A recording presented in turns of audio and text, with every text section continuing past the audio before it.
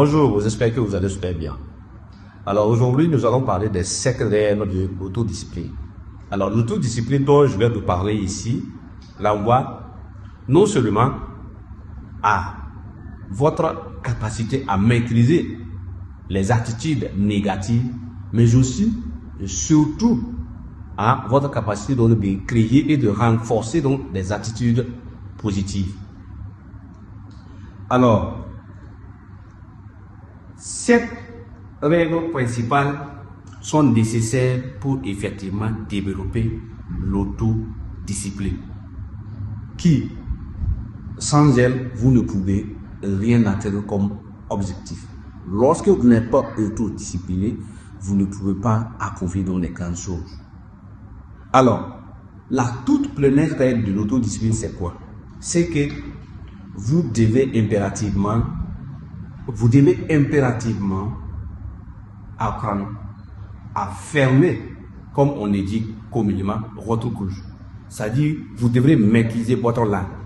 La sagesse africaine recommande qu'un homme puisse dominer 3 choses: sa bouche, son ventre et le sexe.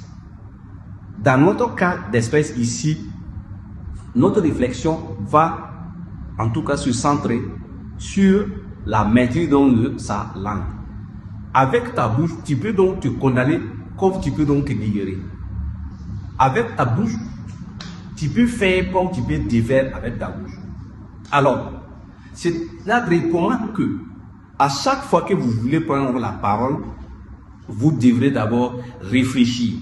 Et après réflexion, vous devrez vous poser la question de savoir est-ce que la parole que vous allez prendre là est nécessaire. Ce que vous allez dire, est-ce que ça en vaut la peine? Si oui, est-ce que ça a une importance pour vous et pour les autres? Si oui, est-ce que ce que je vais dire là, ça ne va pas faire du mal à quelqu'un? Si oui, vous devez garder dans le silence. Donc, la toute première et principale règle qui c'est de maîtriser donc sa langue, car c'est avec donc la langue qu'on peut donc se condamner et c'est avec la même langue qu'on peut donc se libérer. Alors réfléchissez bien avant de prendre la parole, réfléchissez bien avant de vous prononcer sur un sujet donné. Lorsque vous vous rendez compte que la prise de la parole n'a pas d'importance dans un cas d'espèce, alors vaut mieux garder dans le silence. Or, nous allons parler maintenant, nous allons parler ensuite de la deuxième règle. C'est-à-dire, vous devrez pouvoir gérer donc vos conflits. La gestion des conflits, ça renvoie à quoi? C'est-à-dire que vous, dans une société, vous ne devrez pas répondre à toutes les attaques. À défaut de ne pas répondre à une attaque, vous ne devrez pas répondre à toutes les attaques. Vous devez toujours pouvoir donc vous maîtriser face aux attaques des autres. Vous devez arrêter donc de calomnier. Vous devrez arrêter donc de parler de ça. Vous ne devrez pas répondre aux insultes des autres. Vous ne devrez pas répondre aux convocations des autres. Vous devez continuer donc à avancer. Vous devez garder donc à l'esprit vos objectifs. Car tout ce que vous faites actuellement à quelqu'un, vous le faites à vous-même ou surtout faites vous-même. Car tout simplement, ce que vous faites à autrui, que ce soit un bien ou un mal, va trouver un bien pour vous révéler de façon méticuleuse. Et il y en a qui disent au centime. Ça peut aller même jusqu'à 1000. Voilà, mais sachez que tout ce que vous posez, soit c'est pour vous-même, soit c'est pas vous, c'est à vous-même que vous le faites. Vous ne le faites à personne. Parce que ça va toujours trouver un moyen pour vous révéler. Ça s'appelle la loi de karma. Donc, en termes d'autodiscipline, vous avez l'obligation de maîtriser donc vos conflits. Vous avez l'obligation de bien gérer donc vos conflits. N'apportez pas donc de réponse à tout dans les attaques. À défaut de ne pas pouvoir répondre aux attaques, n'accordez pas donc les réponses à toutes les attaques et agissez toujours donc dans le bon sens. Agissez toujours pour le bien donc de l'humanité. Agissez toujours pour l'avancée donc de l'humanité. Agissez toujours pour le bonheur de l'humanité, car tout ce que vous ne faites, n'oubliez pas, vous le faites à vous-même et que vous-même. Et tout ce que vous faites, ça va trouver donc un moyen de vous réunir de façon multipliée. Alors, ensuite, nous avons la règle numéro 3. La règle numéro 3 renvoie tout simplement à la maîtrise de ces émotions. Vous devrez maîtriser principalement dans ces quatre émotions, c'est-à-dire donc l'amour, la haine, la peur et le sexe. Vous devrez impérativement prendre le contrôle de ces émotions. Vous devrez apprendre impérativement à gérer donc vos émotions de peur, vos émotions d'amour, vos émotions de sexe, vos émotions de haine. Parce que ces émotions entassent dans la lucidité. Lorsque vous n'arrivez pas à maîtriser donc ces émotions, vous n'êtes plus lucide. Et une fois qu'on n'est pas lucide, tout ce que nous allons entreprendre, que nous allons se retourner donc négativement contre nous. Ce sont donc les émotions, les quatre émotions les plus essentielles qu'il faut impérativement avoir une maîtrise donc sur elles. Parce que lorsque vous ne maîtrisez pas ces quatre émotions, on vient de les énumérer, vous ne pourrez pas avancer donc dans la société. Vous serez toujours à la merci donc de toutes les mauvaises choses donc sur cette terre. Alors, je vous invite à maîtriser donc ces quatre émotions. Efforcez-vous, travaillez, entraînez-vous à maîtriser donc ces émotions. À chaque fois que vous voyez qu'une donc de ces quatre émotions, il y en a plusieurs, mais les principales qui peuvent détruire ou soit construire l'être humain, ce sont donc les quatre qu'on vient donc de citer. Rappelez-vous toujours que c'est vous qui décidez donc de l'importance que vous donnez donc à la place que vous donnez à ces émotions dans votre vie. Maîtrisez tout simplement dans ces quatre émotions et vous allez devenir. Maîtrisez tout simplement ces quatre émotions et vous allez toujours atteindre vos objectifs. Maîtrisez tout simplement ces quatre émotions. Si vous voulez, vous irez donc au paradis. Nous allons voir ensuite la règle numéro 4. Il s'agit ici donc de contrôler donc ces pensées.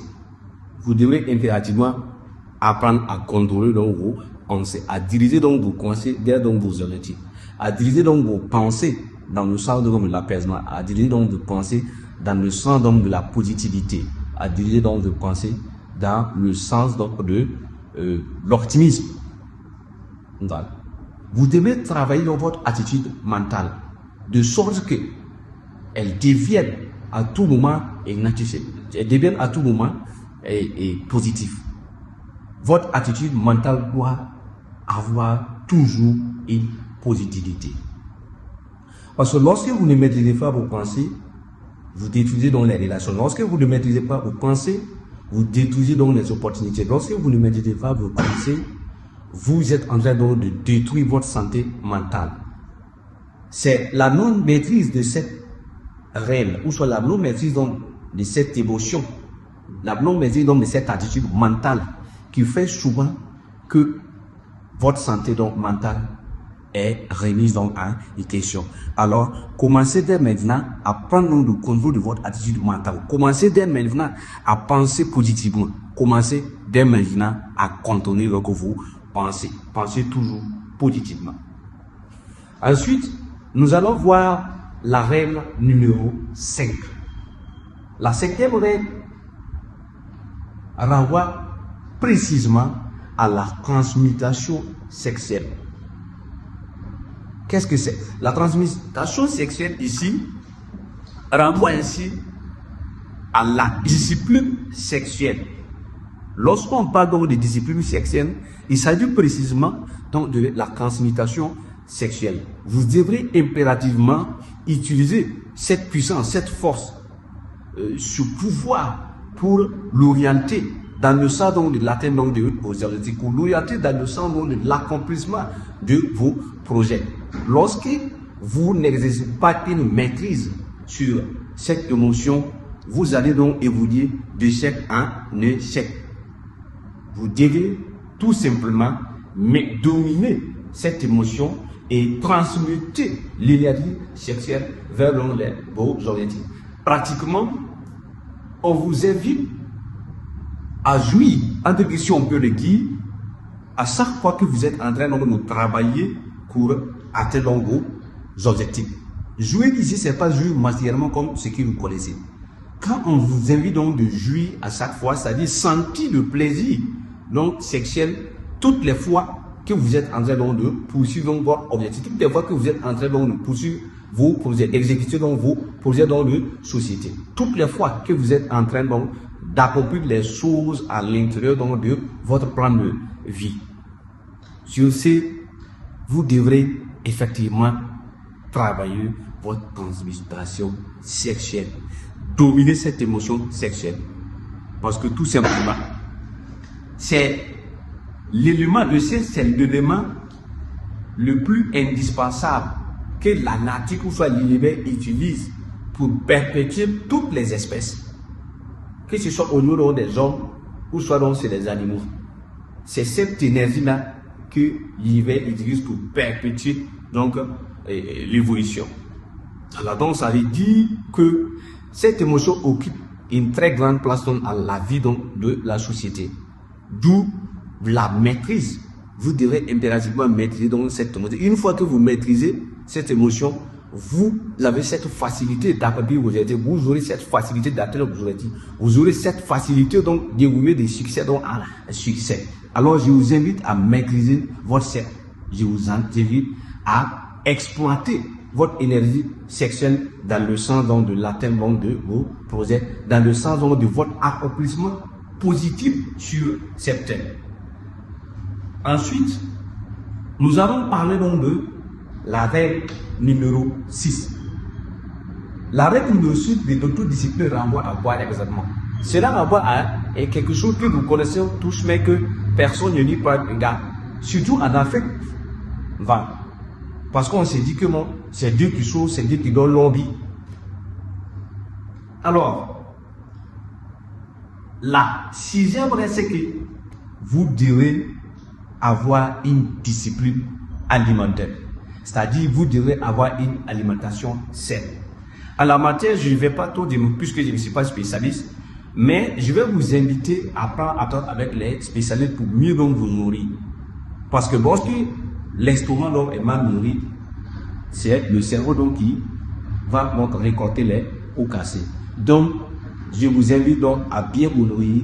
Je vous invite donc de quitter dans cette indiscipline alimentaire qui vous empoisonne, qui empoisonne votre capacité de production, qui empoisonne votre capacité de réflexion. Chacun se doit de se discipliner en termes d'alimentation. Il faut manger bien et sec. Enfin, nous avons la septième règle de l'autodiscipline. C'est-à-dire que chacun doit, chaque personne dans la société doit travailler dans sa discipline religieuse et sa discipline politique. Parce que la politique et la religion, ce sont deux domaines où il y a une pluralité d'opinions. Et chaque parti prétend détenir donc la vérité. Alors, pour votre propre autodiscipline, vous devez de savoir raison garder, d'être tolérant, c'est-à-dire accepter l'autre avec donc ses divergences et essayer donc de suivre sa propre voie selon donc ses propres convictions. Voici donc de façon grammatique les 4 règles essentielles pour s'autodiscipliner dans la vie.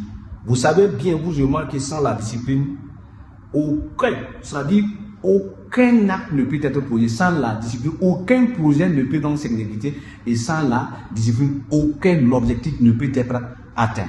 Alors, soyez disciplinés. Soyons tous disciplinés. Merci. N'oubliez surtout pas de nous abonner, de recommander la chaîne à vos amis, de partager le lien dans le groupe WhatsApp sur vos statuts pour nous encourager. Activez la cloche de notification. Merci.